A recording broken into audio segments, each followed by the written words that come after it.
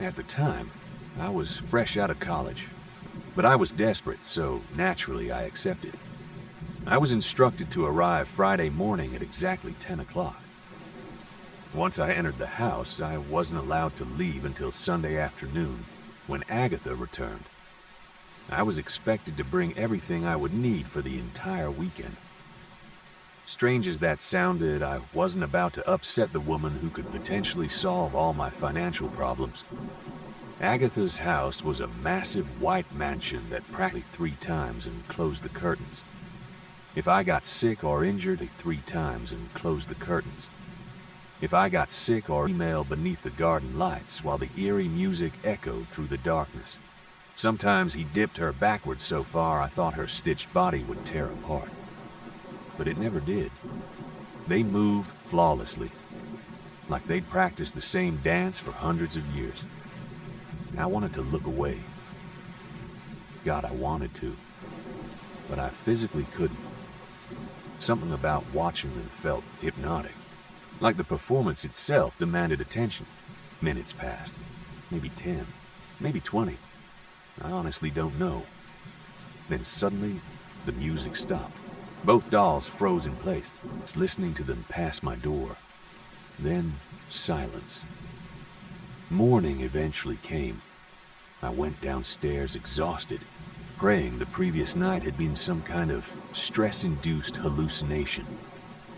But the second I opened the living room curtains, the dolls were back on their poles, exactly where they'd been before, motionless, watching.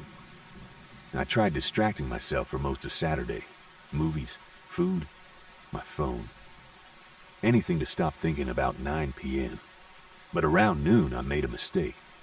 I tripped over one of my shoes near the staircase and landed badly on my ankle. Pain shot through my leg instantly. I collapsed onto the floor, biting my arm to stop myself from screaming. The ankle swelled almost immediately. And then I remembered one of the rules. If you are injured or sick, sleep on the back patio couch before 9 o'clock.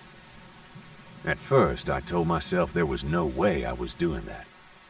No chance. But after seeing those dolls move, I wasn't willing to risk breaking any rules. So that evening, just before sunset, I dragged myself onto the back patio couch with pillows and blankets. The patio was enclosed with glass walls overlooking the backyard. During the daytime, it actually felt peaceful. At night, it felt like a cage. Around 8:50 p.m., I laid down and pulled the blanket over myself. Then the music started again, that same impossible orchestra. Soft at first, distant, then louder. I squeezed my eyes shut, trying not to think about the dolls dancing somewhere outside. Then suddenly, the music stopped, mid-note. Silence flooded the patio, and then I heard footsteps. 2 sets. Slow, light, walking toward me. My heart nearly stopped. The footsteps crossed the wooden deck outside. Then the patio door slowly opened. I could hear them entering behind me, closer, closer. I held my breath beneath the blanket, and then the blanket was ripped away. The female doll stood directly beside the couch, staring down at me. Her stitched black eyes never blinked, never moved. I tried to scream, but she instantly covered my mouth with one cold burlap hand. Then, she gently started running her fingers through my hair, like she was comforting me. At the foot of the couch, the male doll carefully held my injured ankle between his hands. His touch felt ice cold. Neither doll made a sound. The only thing I could hear was the faint orchestra music echoing somewhere outside in the dark. The male doll slowly raised one hand, then snapped his fingers. Everything went black.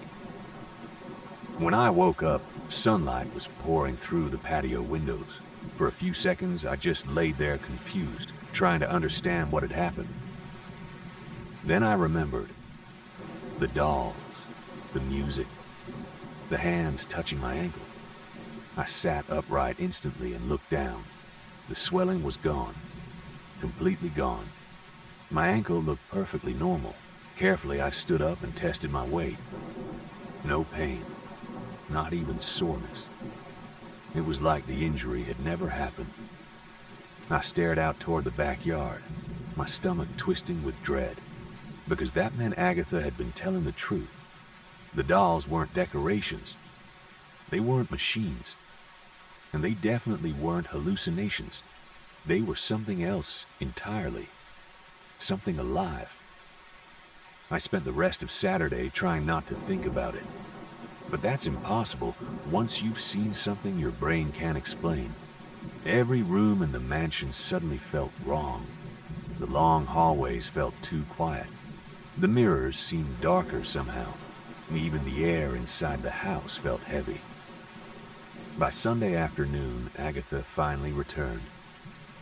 The moment she stepped through the front door, she looked at me carefully, almost like she was checking to see if I survived. "You followed the rules," she said calmly. I nodded slowly. She noticed my expression immediately. "So," she sighed, "they healed you." The way she said it made my blood run cold. Like this wasn't unusual. Like she'd seen it happen many times before. Agatha made tea while I sat silently at the kitchen table trying to process everything.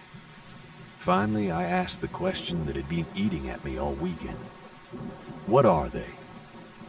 For the first time since meeting her, Agatha looked genuinely uncomfortable. "I don't know," she admitted quietly. "Not really." She explained that years earlier, after she turned 50, her health began deteriorating rapidly. She became terrified of dying alone in the mansion. Then one day, a man named Jeb approached her. He claimed he knew a way to keep her safe forever. All she had to do was provide them with an audience. The next morning, the dolls appeared in her yard, and from that moment onward, strange things started happening. Her illnesses disappeared. Injuries healed overnight. Burglars stopped targeting the property entirely.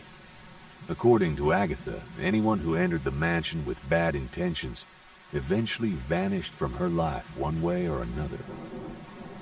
"But there are rules," she said firmly. "They have to be watched every night. They need an audience." I stared at her in disbelief. "And what happens if nobody watches?" Agatha didn't answer immediately. Instead, she slowly stirred her tea. Then, finally, she looked at me and whispered, "I never wanted to find out." That answer haunted me, because it sounded less like superstition and more like experience. I should have quit right there. Any sane person would have, but the money was life-changing, and honestly, a part of me was fascinated, terrified, but fascinated. So, over the next year, I became Agatha's regular house sitter. Every few weeks she'd leave town, and I'd stay at the mansion watching the dolls perform every night at exactly 9 o'clock. Eventually, the fear faded. Not completely, but enough that the routine started feeling almost normal. And that's when things became dangerous. Because once you stop fearing monsters, you stop respecting them. One night during my 5th month at the mansion, I made the mistake of glancing away from the performance for just a second. My phone buzzed in my pocket during the dance. Instinctively, I looked down, only for a moment. But when I looked back toward the yard, the dolls had stopped dancing. The music had stopped too. Both dolls were staring directly at me, completely motionless. I felt my chest tighten immediately. Then the male doll slowly tilted its head sideways. Not naturally. Too far.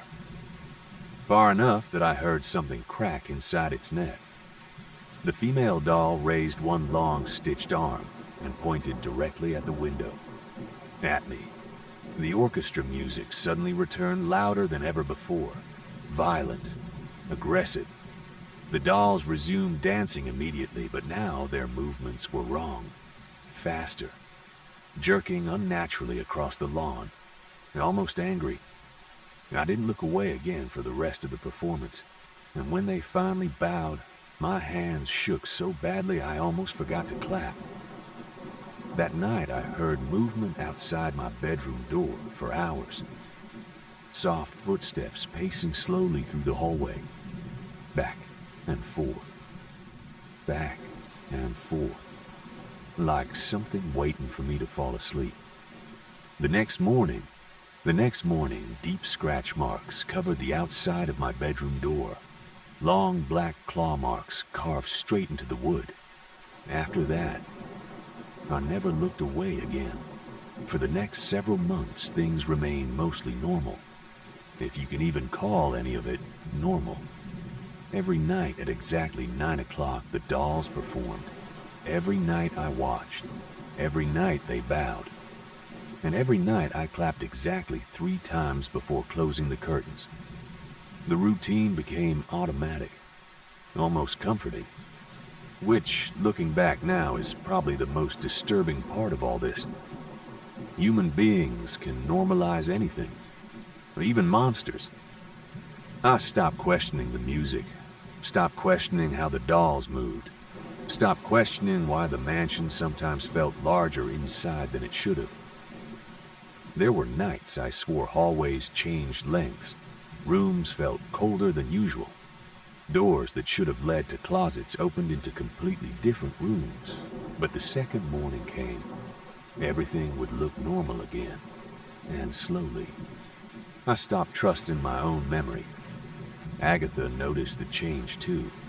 One evening after she returned from a trip, she stared at me for a long moment over dinner. "You're getting used to changing."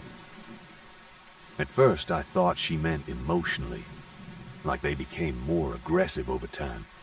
But eventually, I realized she meant physically. The first thing I noticed was the female doll's dress. When I first arrived at the mansion, it had been faded purple, old and dusty. But one night during the performance, I realized the fabric looked newer somehow, cleaner, darker. The stitching along her sleeves looked fresh. A week later, I noticed something even worse. The male doll's suit no longer looked stitched onto his body. It looked tailored, like actual clothing, real fabric, real buttons. The dolls themselves were changing, slowly becoming more human. And somehow, Agatha pretended not to notice. I finally confronted her about it one rainy evening while she packed for another trip. "They're changing," I told her. Her hands froze while folding clothes into her suitcase. Then she quietly said, "I know." "You know." She avoided eye contact completely. "It happens over time." "What happens over time?" Agatha looked exhausted suddenly, older than I'd ever seen her. "When they first arrived, they barely moved at all. Their dances were simple, slow, but every year, they become more realistic." I felt cold all over. What happens when they become completely realistic? Agatha didn't answer. That terrified me more than anything she'd ever said before. That weekend became one of the worst storms the city had seen in years. Heavy rain slammed against the mansion windows all night long. Thunder shook the walls, and somehow the weather made the house feel alive. The old wooden floors groaned constantly. Pipes rattled behind the walls. At exactly 9 p.m. I sat in the living room as usual. The dolls stepped off their poles, but something felt wrong immediately. The orchestra music sounded slower, deeper. And the dolls weren't dancing normally. They kept glancing toward the woods behind the mansion, like they were distracted or nervous. Then, suddenly, the male doll stopped dancing entirely. The female doll froze beside him. Both turned toward the dark tree line at the edge of the property. The music stopped. Silence filled the room. And then, I saw it. Something standing between the trees. Tall. Far taller than any person should be. At first I thought it was another doll, but this thing moved differently. Its body bent strangely as it stepped forward between the trees. Too many arms. Too long. Its shape kept shifting every time lightning flashed. The dolls backed away from it. Actually backed away. For the first time since arriving at the mansion, I saw fear. Not human fear, but something close enough.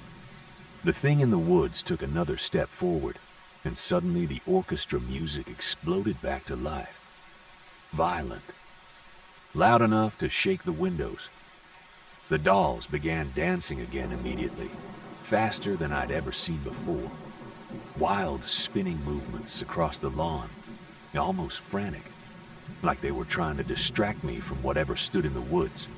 But I kept seeing movement behind them, that impossible shape slowly circling the property line, watching the house, watching me. Then lightning flashed again, and for 1 second, I saw its face. No eyes, no mouth, just smooth pale skin stretched tightly across a human-shaped skull. I nearly screamed. The female doll instantly snapped her head toward the window, toward me. The performance stopped.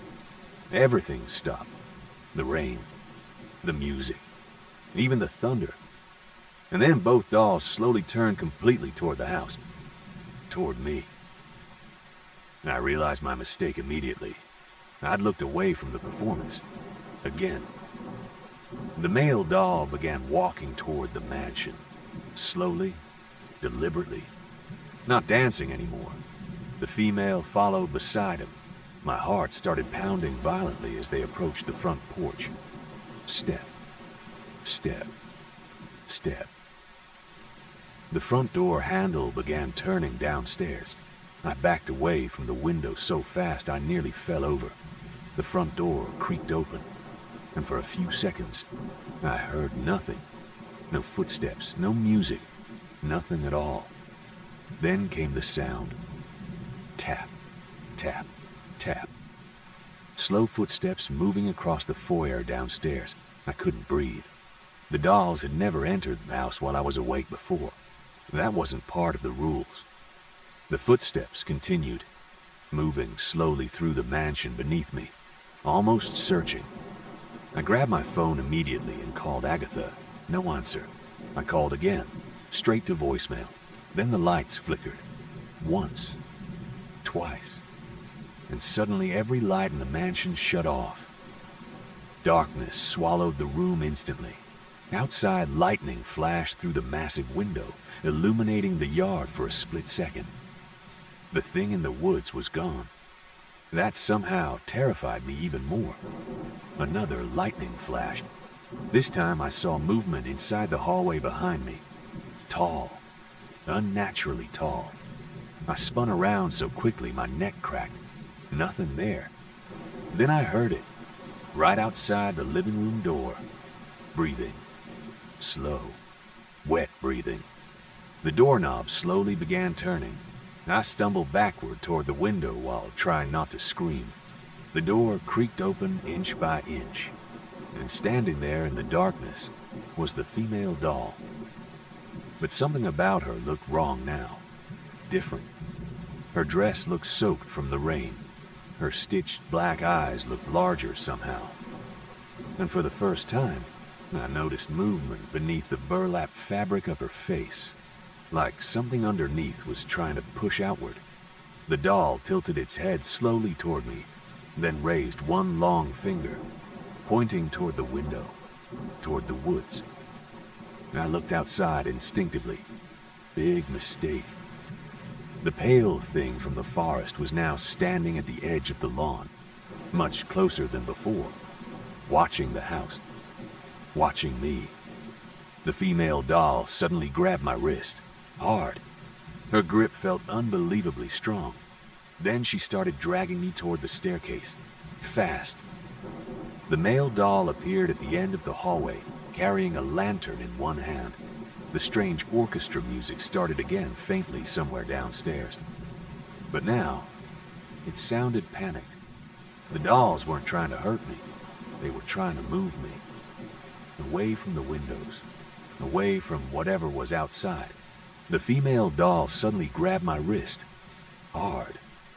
Her grip felt unbelievably strong. Then she started dragging me toward the staircase, fast. The male doll appeared at the end of the hallway, carrying a lantern in one hand. The strange orchestra music started again faintly somewhere downstairs, but now it sounded panicked. The dolls weren't trying to hurt me. They were trying to move me, away from the windows, away from whatever was outside. The female doll pulled me upstairs almost violently while the male doll followed behind us holding the lantern high. The entire mansion felt different now. The walls creaked constantly. The floor beneath us vibrated softly like something massive was moving underneath the house. Then came the sound. A loud metallic bang from downstairs, the front door. Something had slammed into it from outside. Again, bang! The windows rattled violently. The female doll stopped moving for a second, slowly turning her head toward the sound. Another impact hit the front door harder this time. Wood cracked downstairs and mixed with the storm outside. I heard something else. Breathing. Deep breathing. Like some enormous animal standing just beyond the entrance. The male doll suddenly shoved the lantern into my hands. Then both dolls sprinted downstairs. Not walked, not danced. Sprinted. Their stitched bodies moved with horrifying speed as they disappeared into the darkness below. I stood frozen at the top of the stairs, listening. The orchestra music downstairs grew louder. Violent strings, broken piano notes. Then came the screams, not human screams. Something worse, wet, animalistic. I heard furniture shattering downstairs, glass exploding. The walls shook hard enough to knock pictures from the hallway. And then, suddenly, silence. Complete silence. Even the storm outside seemed quieter.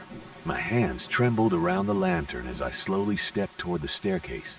My hands trembled around the lantern as I slowly stepped toward the staircase. Every instinct in my body screamed at me to stop, to run upstairs, to lock myself inside the bedroom and wait for morning. But curiosity is a dangerous thing, especially after months of living beside monsters. I started descending the stairs slowly. The basement steps were old concrete, slick with moisture. The deeper I went, the colder the air became, and the smell. God, the smell was unbearable. Rotting meat, wet soil, and something metallic underneath it all. Blood. The lantern light barely reached the bottom, but when it finally did, I froze completely. The basement was enormous, far larger than the mansion itself should have allowed. Concrete walls stretched endlessly into darkness. Old pipes covered the ceiling, dripping water rhythmically onto the floor below. And lining the walls were dolls. Hundreds of them, not just two. Hundreds. Tall ones, small ones. Human shape, animal shape. Some hanging from hooks, others sitting motionless in wooden chairs. Every single one staring toward the center of the basement, toward a massive black doorway carved directly into the concrete wall. The doorway wasn't built. It looked torn open, like something had ripped a hole into reality itself. The black trail on the floor led directly inside, and I could hear breathing beyond it. Slow, heavy, massive. The kind of breathing that vibrated in your chest. Then, suddenly, the female doll appeared beside me. I almost dropped the lantern. She stared directly toward the dark doorway without moving. Then the male doll stepped out from the shadows on the opposite side of the room. His suit was torn badly across one shoulder. Dark liquid dripped from the burlap beneath the fabric. But what terrified me most was the thing clenched in his hand. A piece of pale flesh. Not human flesh. Something else. The dolls had been fighting whatever came from the woods. protecting the house, protecting me. The breathing inside the doorway suddenly stopped. Complete silence filled the basement. Then, something moved in the darkness, very slowly. A long, pale arm emerged first, too long, bent at impossible angles. Then another arm appeared higher up, then another, and another. My brain couldn't understand what I was seeing. It wasn't shaped like an animal, or a person. It looked wrong, like multiple bodies stitched together incorrectly. The lantern flickered violently in my hand. The dolls immediately stepped in front of me, protective, ready. And then the thing finally crawled halfway into the light. I nearly screamed. Its skin looked stretched too tightly across its body. No eyes, no nose, no mouth. Just smooth, pale flesh twitching constantly like worms moving beneath skin. And despite having no face, I knew it was staring directly at me. The creature tilted its head slowly. Then, from somewhere inside its body, I heard a voice. My voice. Perfectly copied. "Help me." I stumbled backward instantly. Then another voice came from inside the creature. Agatha's voice. Then Melanie's. Then dozens more. Layered together, all whispering at once. The sound nearly made me vomit. The dolls reacted immediately. The orchestra music exploded through the basement louder than ever before. The male doll charged first, moving faster than anything that size should move. The creature lunged forward at the exact same moment, and the lantern in my hand went out. The dolls reacted immediately. The orchestra music exploded through the basement louder than ever before. The male doll charged first, moving faster than anything that size should move. The creature lunged forward at the exact same moment, and the lantern in my hand went out. Darkness swallowed the basement instantly. I heard the collision before I saw anything. A wet, cracking sound echoed through the room hard enough to shake the floor beneath me. Then, screaming. Not human screaming. Something deeper. Ancient. The orchestra music became chaotic around me. Violins screeched violently while distorted piano notes slammed through the darkness like gunshots. I stumbled backward, blindly, trying to breathe. Then lightning flashed somewhere upstairs through the broken foyer windows. For one split second, the basement illuminated, and I saw them. The male doll was wrapped around the creature's upper body, while the female clawed at its pale skin with impossible speed. Black liquid sprayed across the concrete walls, but the creature barely reacted. Its body kept shifting constantly, arms bending wrong, limbs splitting apart, new hands emerging beneath old ones. Then the light vanished again. Something huge slammed into the concrete beside me.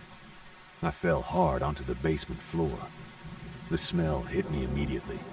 Rotting flesh. The creature was close. Very close. I crawled backward in darkness until my hand touched something cold. A doll. One of the smaller dolls lining the basement walls. Except it moved. Its stitched head slowly turned toward me. Then another doll moved beside it, and another.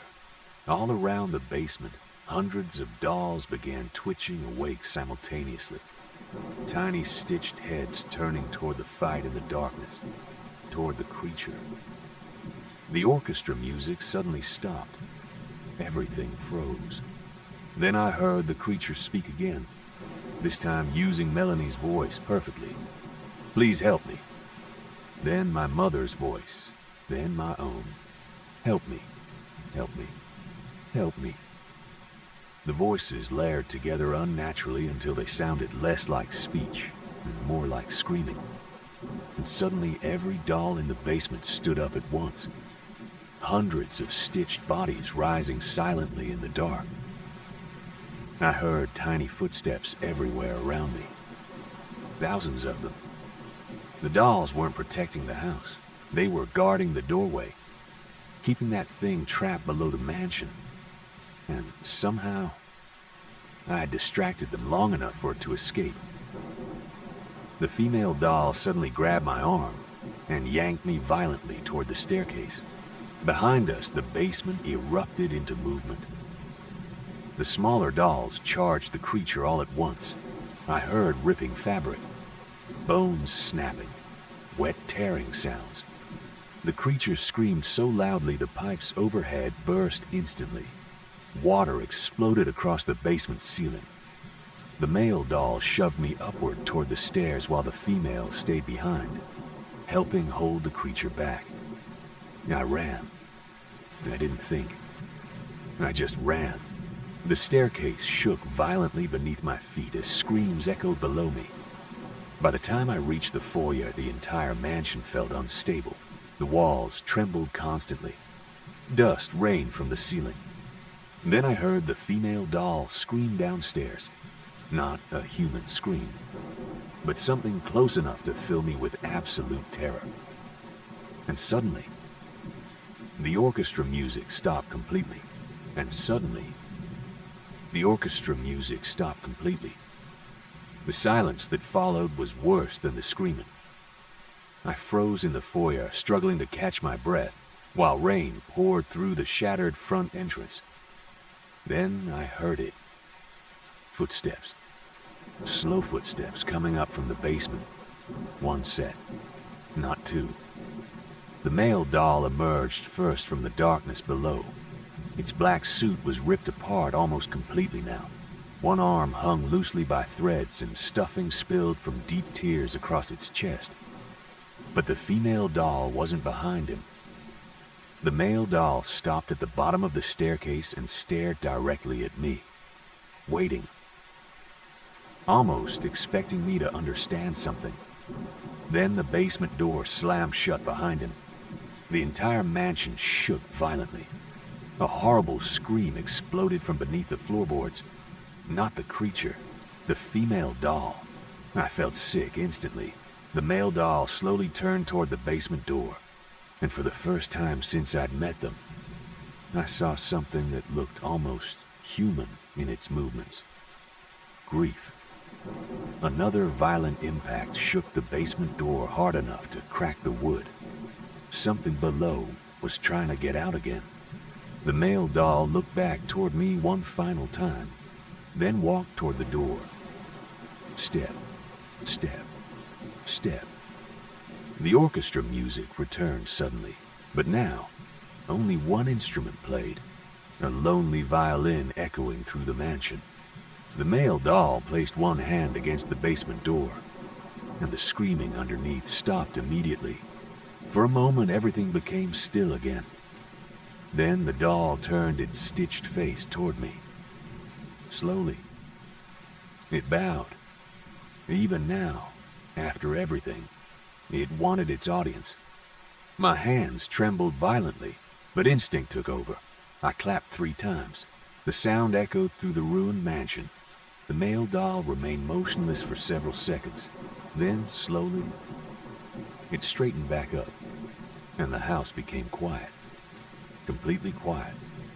The storm outside faded gradually. The shaking stopped. Even the air inside the mansion felt lighter somehow, like something terrible had gone back to sleep. I don't remember leaving the mansion that night. Honestly, I think part of my brain blocked it out completely.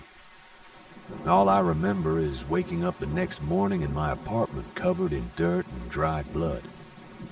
3 missed calls from Agatha sat on my phone. When I finally answered, she sounded terrified. "You opened the basement." It wasn't a question. I couldn't even deny it. After a long silence, she quietly said, "Then they showed you the truth?" I asked her what the creature really was, and for the first time ever, Agatha answered honestly. "I don't know," she whispered, "but I know this house was built around that doorway, not the other way around." According to her, the dolls weren't decorations. They weren't cursed objects either. They were guards. Jeb's family had apparently protected the house for generations by feeding the thing below exactly what it wanted: an audience, attention, recognition. As long as the performances continued every night, the doorway beneath the mansion stayed sealed. But if the audience ever stopped watching, the thing below would begin waking up again, and every year, it became harder to contain. I sat in silence, holding the phone against my ear, while rain tapped softly against my apartment window. Then I finally asked the question I couldn't stop thinking about. What happened to the female doll? Agatha didn't answer immediately. When she finally spoke, her voice sounded old, exhausted. "There used to be 3, she whispered. A cold feeling spread through my chest. What? The male doll wasn't originally the protector. She was. I didn't understand. Agatha explained that decades ago, before she inherited the mansion, another caretaker lived there alone. A man named Walter. According to Jeb's family, Walter became obsessed with the performances over time. He stopped leaving the house entirely, stopped speaking to people. Eventually, he began spending every night sitting in the living room waiting for the dolls to dance. Then, one winter night, Walter stopped clapping. Not because he forgot, because he wanted to see what would happen. That single mistake nearly destroyed everything. The thing beneath the house woke up fully for the first time in decades. And during the chaos, one of the dolls disappeared. After that night, there were only 2. Nobody ever found Walter's body. But sometimes during performances, Agatha claimed she could still see someone standing behind the upstairs windows watching the yard. A silhouette, tall, perfectly still. I laughed nervously at first, until I remembered something. The night of the storm, the thing in the woods. Its shape had looked wrong because parts of it looked human.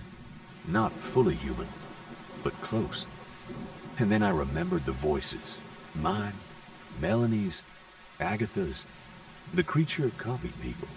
Maybe it absorbed them too. The realization made me feel sick. What if the dolls lose? I asked quietly. Agatha didn't answer right away. Then finally she whispered, "Then it won't stay underground anymore." That was the last time I ever spoke to her.